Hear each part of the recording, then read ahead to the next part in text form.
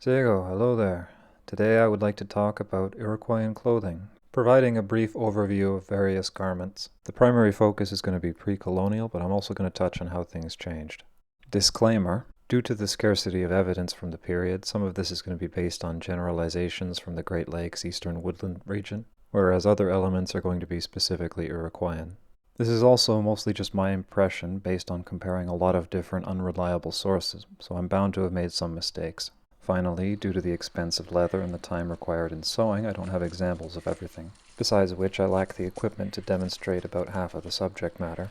As a partial remedy for these, I've recruited an assistant and done some simple sketches. We'll begin with the materials. Most clothing back in the day was made of leather. White-tailed deerskin was the most common because it presents a useful compromise between toughness and flexibility. It also comes in useful sized units. Skins of larger animals like moose were preferred for coats and moccasins, places that need more toughness than flexibility, whereas the skins of smaller animals could be used as trim, liner, or shells for other clothing. Just about the only clothes which were not made from leather were summer moccasins made from corn husks, and rain cloaks made from cedar bark, similar to this Haida example. With materials out of the way, we can move on to the garments themselves. I suppose the most logical place to start is with the breech cloth. The popular conception of a breech cloth is of two aprons joined by a belt. This is a misconception. Such a garment would be completely non-functional. Simply bending over or moving too quickly could lead to embarrassing situations. Hence, real breech cloths were not like this. Rather than being two disconnected aprons, a real breech cloth is a single long piece of material designed to pass between the legs and over a belt on each side. The misconception could simply have come from people who don't think things through. It could also have come from people who look at modern powwow regalia. Modern regalia usually includes trousers rather than leggings, hence the breech cloth doesn't actually have to be functional. A real breech cloth is sort of like briefs but with a belt rather than an elastic. The purpose of the aprons is modesty. If you've ever been unfortunate enough to see someone in cycling pants, you know that tight clothing doesn't leave a lot to the imagination. The apron ensures there will be no visible impression of what is underneath. Both men and women wore breechcloths, though the role was different. For a man, the breechcloth was both under and outerwear. There might not be anything worn over it for much of the year. Breechcloths for women were almost exclusively undergarments. Excepting on the very worst summer days, a woman would generally wear at least a skirt over top. If a large enough piece of leather was available, these could be constructed from a single piece with an asymmetrical seam running down one leg. It might perhaps have been more common for skirts to be constructed of several pieces, particularly in longer examples. Economy of material is especially valuable when working with something as variable as deerskin. A skirt designed for summertime might stretch from the natural waist to the top of the knee. Excepting in summer, longer skirts were preferred. These tended to stretch to the middle of the shin. Brain-tanned deerskin soaks up a lot of moisture and takes a long time to dry, so I'd imagine they didn't want the dresses dragging on dewy grass. Longer skirts were more versatile, being usable for a larger portion of the year. However, they had some issues, namely mobility. It was considered important for a woman to be able to run freely in case of emergencies. In order to not impede the legs, the hem of a skirt needs to get considerably wider as it increases in length. This made longer dresses less economical, but also exponentially heavier. To get around this, it was common to leave at least one seam unsewn below the knee, allowing greater range of movement and the ability to run unimpeded, without increasing the required material. Though these were obviously less desirable than a fully hemmed skirt during the winter. I'd imagine one could winterize them at the cost of some mobility by simply lacing up the rest of the seam. There were no buttons back in the day, so the mouth of the skirt had to be left a little wide to fit over the hips. It was then gathered with a belt and the excess material rolled over the top to keep it in place. Men also wore a form of skirt, though, because the word is somewhat effeminate, we will refer to it as a kilt. The form and roll of the kilt was slightly different from the skirt. They tended to be much shorter, only stretching midway down the thigh. Men's role as hunters and warriors means that the ability to run unimpeded is even more important. The kilt was often much cruder than the skirt. In some illustrations it seems to consist of just a pair of half deerskins belted. All of this reflects its difference in role, in that the kilt is not meant as a primary garment. The function is instead to cover the gaps at the top of the leggings. The word leggings historically referred to something very different from the modern usage. Today it refers to skin-tight trousers of a thin, stretchy material, but not quite as thin and stretchy as tights, whereas historical leggings are essentially a pair of unconnected pant legs. One of the shortcomings of the leggings and breechcloth combination is that there is a section of thigh at the top of the leggings which is covered by neither, hence the use of the kilt to keep the wind off of exposed skin. Due to the skirt being a primary garment for women, the design of their leggings was slightly different relative to men's. Whereas men's leggings generally extended most of the way up the leg, women's leggings generally only went up to the knee. For the woman, most of the leg is going to be protected by the skirt, so the leggings don't need to be particularly long. Whereas for the man, most of the time he's not going to be wearing the kilt, so he wants the leggings long so that he can crash through the brush without getting cut. The Iroquoian style of leggings are distinct from other styles in that they have the seam running down the front rather than the side. The bottom portion of the seam is also left unstitched so that the leggings will sit over the foot, protecting the ankles from brush even when wearing short moccasins. Women would fasten their leggings by tying a garter between the knee and the calf muscle, then rolling the top of the legging over the garter to keep it in place. In addition to a garter, men's leggings were held up by tying them to a belt with a pair of laces. The series of holes in the legging through which the lace is attached allows the legging to be tightened up around the leg. The laces should be tied several inches apart from each other so that the legging doesn't twist on the body. If the laces are thinner, you want to use a half bow so that you can get them undone. If the laces are thicker, you want to use a figure-8 knot so it'll stay tight. On hot days, something that can be done is to untie the leggings from the belt so that they're just held up by the garter. The leggings could then be rolled down, effectively making a pair of reverse shorts. Something I'm unsure of is the design of belt used to hold up the leggings. Brain-tanned leather is much more pliable than the veg-tanned cowhide that is used for modern belts. So unlike a modern belt which can support the leggings without issue, a brain-tanned deerskin belt will just roll into a tube. This is undesirable because rounder shapes can roll along a surface, whereas flat shapes have a lot of friction to help resist movement. When you move your leg, your clothing doesn't move perfectly with it. It catches and binds to some extent. When you attach leggings to a simple cord belt or to a soft leather belt, the leggings and belt will gradually work their way down as you move. This can be a problem if the breech cloth is tucked into the same belt. The garters go some way towards mitigating this problem, but they're not a perfect solution. To fix the issue, I've come up with two potential designs. One of them is just a simple belt made with a double or better yet triple thickness of leather. The other option is a double length belt designed to wrap around the torso twice. I got this idea from seeing a burden strap in a museum and misinterpreting what it was. In this system, the leggings can be attached to the outer loop while the breech cloth is supported by the inner. Thus, as the outer loop is pulled down by the leggings, the inner loop tightens. Eventually, the inner loop prevents the outer loop from being pulled down any further. Thus, everything is held in place. I have absolutely no evidence for this method of suspension. I suppose now is as good a time as any to talk about moccasins.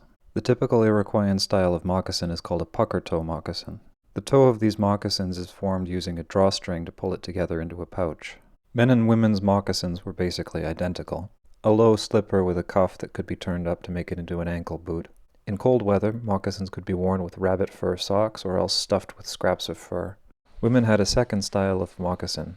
These had a long cuff that stretched up to the knee. They were intended as a combination of moccasin and legging, eliminating the gap at the ankle, which is often a weak point in cold weather.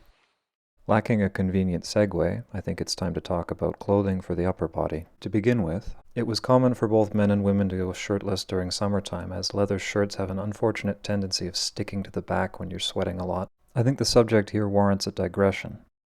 Because the nature of life in a longhouse is one of close proximity with a great many people, and thus very little privacy, the body was far less exoticized than it is in the modern world or among more isolated societies.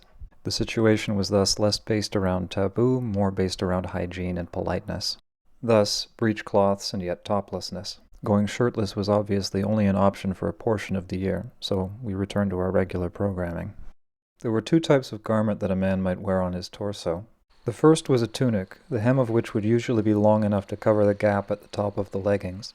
These could be with or without sleeves. The pattern for a tunic like this is more or less the same as a medieval European tunic. Alternatively, it could simply be constructed a bit like a sack. Those without any shaping would often have a slit on either side to allow freedom of movement. The other garment is what I would describe as a jacket, more or less the same fit as a tunic, but with an opening front secured with toggles and a belt. The opening front allowed them to be worn conveniently over top of other clothing, though they were often worn as a standalone shirt. Winter coats probably had a very similar design, except trimmed and perhaps lined with fur. Men's shirts don't seem to have come in very many varieties. Women's clothes, on the other hand, came in a great many. The first of these is what I might call a blouse. These were loose-fitting shirts that came down to the waist, just barely overlapping the skirt, perhaps designed for ventilation in warmer weather. The next was a sleeveless dress. These could either have 2 shoulder straps or only the one, leaving the right arm free to work unimpeded. The next sort of garment was a tunic. These were cut so as to overlap the skirt by a considerable margin. Some of these were cut very similarly to a man's tunic, others were quite a bit different. The final sort was a long dress. The pattern was again similar to the tunic except for reaching to the shins. Perhaps the full coverage of these dresses made them popular for winter. On the subject of winter, a woman's coat was more or less the same design as the men's. Another winter garment worn by both was the fur cloak. Buffalo robes were the most prized, but geography made them hard to come by. Often they would be made from many small furs stitched together. For example, muskrat was prized for their water repellents. The design of the women's garments seems to have been pretty flexible. Certain elements could be added or excluded based on the preferences of the clothier. For example, a dress of similar pattern might be made with sleeves or with none. Or a sleeveless dress could be worn with removable sleeves. These would be connected across the back by a string or strap so that they wouldn't slide down the arm with use. Another similarly modular element is the mantle. This feature was common specifically to Iroquoian clothing, though it was by no means ubiquitous. The function is weatherproofing. If you're out and about, most precipitation is going to fall on your head and your shoulders. An extra layer there means you can last longer before you soak through. Using a water-repellent fur like seal or muskrat means you can last far longer still. A mantle of fringed deerskin allows the shoulders to dry out faster than they would otherwise. Similar to the sleeves, these could either be attached to the clothing or separate. On the subject of weatherproofing, I have not been able to find very much information on hats. We know from an illustration that panel caps similar to this one were used. The fellow on the right here might be wearing something similar to a coonskin. Some of these hats are difficult to interpret. For example, this guy's hat might be made by making a tube and then cinching the top closed, but I'm not sure. Similarly, this woman below is clearly wearing a hat, but I haven't the foggiest about what it might be. It's also quite likely that something similar to the trapper hat or the ushanka was used, as the ears can be very vulnerable to frostbite during extreme winter.